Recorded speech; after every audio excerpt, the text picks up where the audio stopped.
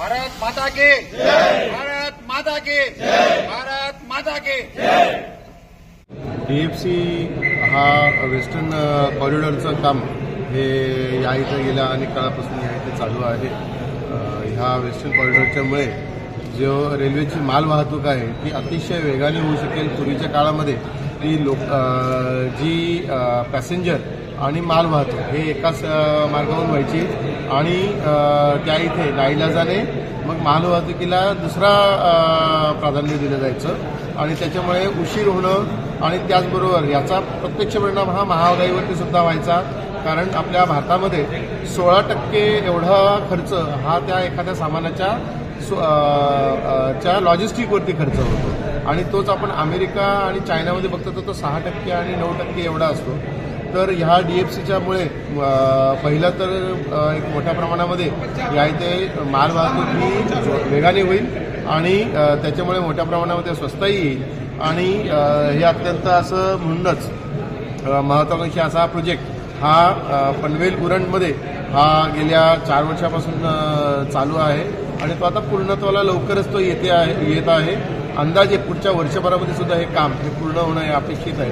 ह्या कामाच्या पैकी टोटल हा जो वेस्टर्न कॉरिडॉर जो आहे जो येथून गुरगावपर्यंत गेलेला आहे त्याच्यापैकी अंदाजे 40 किलोमीटर जेनपीटीपासून ते पनवेल तालुक्याच्या बॉर्डरपर्यंत म्हणजे उरण साईड कल्याण साईडच्या बॉर्डरपर्यंत हे काम हे या इथे टाटा प्रोजेक्ट्स करते आहे आणि टाटाच्या अंडर एक सांगता बहुतांश काम हे ठाकूर इन्फ्रा प्रोजेक्टला हे सबकॉन्ट्रॅक्टमध्ये देण्यात आलं आणि ठाकूर इन्फ्रा प्रोजेक्टने अतिशय वेगाने हे काम करून दिलेलं आहे आणि त्याचबरोबर अनेक कामं अजूनही चालू आहेत आणि खरोखरच मला आनंद होतो की डीएफसीच्या ह्या देशातील महत्त्वाच्या या प्रकल्पाचा ठाकूर इन्फ्रा प्रोजेक्टला एक त्याच्यामध्ये महत्वाचा एक अंश होण्याचं एक सांगता एक मोठं भाग्य हे लाभलेलं आहे। ह्यामध्ये मोदीजींनी नेहमीच सांगता याच्यामध्ये मोठे कठीण असे निर्णय घेण्याची क्षमता ती त्यांनी दाखवून दिली। हा प्रोजेक्ट हा मनमोहन सिंगांच्या काळामध्ये त्यांनी याच्याबद्दल एक मनोदय व्यक्त केलेला होता, परंतु काँग्रेसच्या काळामध्ये याच्याबद्दल बिलकुल कोणतेही काम झालं नाही आणि नंतर मोदींच्या काळामध्ये मात्र या पूर्ण प्रकल्पाला ही मोठ्या प्रमाणामध्ये सांगता वेग आला आणि हा प्रकल्प हा चालू सुद्धा होऊ शकला।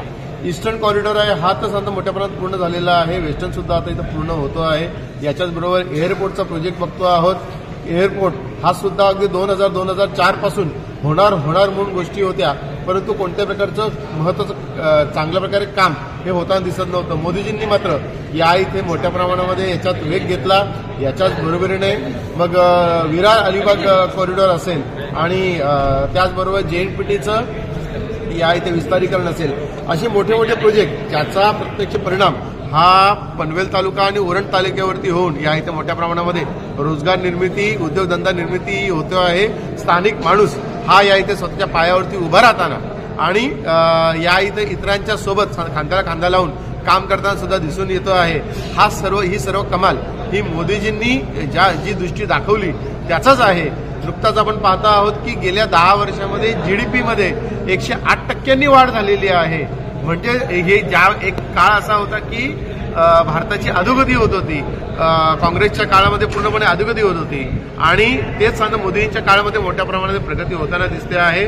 आज या इथे आमचा आगरी, मराठा, कुणबी, आणखीन कराडी आणि त्याचबरोबर सांगता येथील सांगता स्थानिक हा सांगता जो भूमिपुत्र आहे तो स्वतःचे उद्योगधंदे मोठे करताना स्वतःचे सांगता इथं रोजगार हे तयार करताना आणि इतर मराठी तरुणांना सुद्धा आणखीन रोजगार निर्मिती करून सांगता त्यांना सुद्धा कामावरती घेण्याचं त्यांचे घर सावरण्याचं काम करत आहे।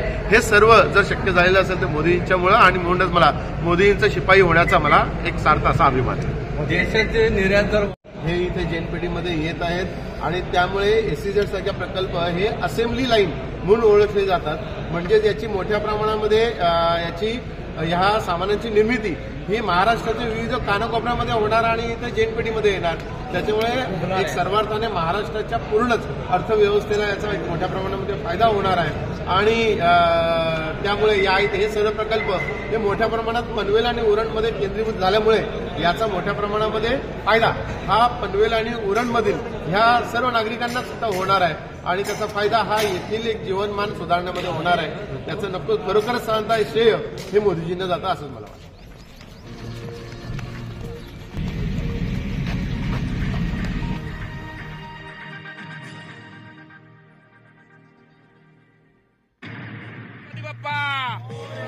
भारत माता की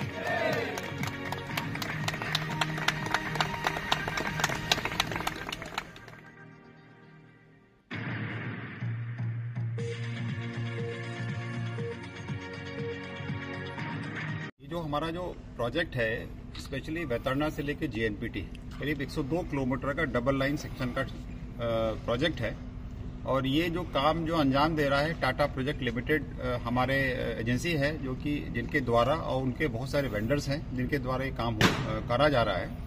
इस वाले पूरे सेक्शन में 4 टनल हैं. चारों टनल की लंबाई कुल मिला के करीब 800-900 मीटर के आसपास आती है. इस टनल में जहाँ पे हम लोग खड़े हैं ये इसको बोलते हैं tunnel breakthrough ceremony. Tunnel breakthrough का मतलब क्या होता है कि हमने एक एंड से शुरू किया, दूसरे एंड पे हमने ब्लास्ट करके उसको निकाल दिया. अब ये पूरा रास्ता थ्रू हो गया है. ये हमारी डबल स्टैक कंटेनर के लिए पूरी टनल है और जहां तक मेरा संज्ञान है पूरी एशिया की सबसे लार्जेस्ट मतलब साइज वाइज सबसे लार्जेस्ट टनल है. सिमिलर टाइप की टनल 1 किलोमीटर की टनल हमारी जो दादरी वाले सोना हरियाणा में है वो 1 किलोमीटर की टनल है. पूरे डीएफसी में हमारी करीब 2 किलोमीटर की टनल है. 1 किलोमीटर हमारी वहां आती है और 1 किलोमीटर 800-900 मीटर के आसपास यहाँ आता है. तो ये टनल ब्रेक थ्रू होने के बाद में ये सबसे बड़ा बॉटलनेक था, सबसे बड़ा चैलेंज था कि भाई हम सेक्शन को कैसे थ्रू करें. अभी इसके बाद में तो टनल ब्रेक थ्रू हुआ, इसके बाद में बहुत सारे काम और बाकी हैं. तो हम उम्मीद करें 15 या 20 मई तक हम इसको पूरी लाइनिंग करके इसमें हम लोग ट्रैक बिछा देंगे.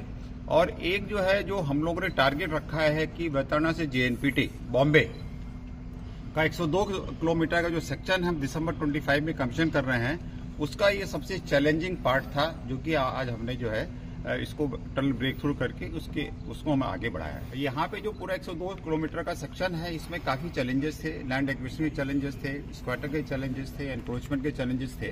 तो हमारा स्टेट गवर्नमेंट और महाराष्ट्र के साथ में बहुत क्लोज कोऑर्डिनेशन रहा है और आगे भी रहेगा.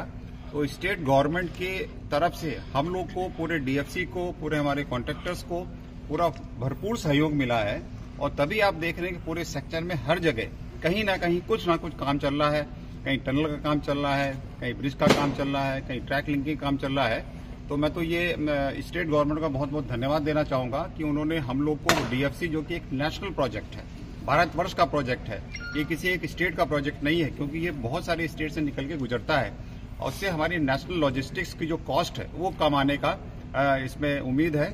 और इसमें मैं स्टेट गवर्नमेंट को बहुत बहुत धन्यवाद दूंगा और हमारे जो टाटा प्रोजेक्ट लिमिटेड है उनको बहुत बहुत धन्यवाद दूंगा. उन्होंने बहुत जम के और मेहनत से पैशनेट होके यहाँ पे काम किया है और जो ये जो आज टारगेट एज पर टारगेट जो टनल ब्रेक थ्रू सेरेमनी है इन्होंने अंजाम दिया है.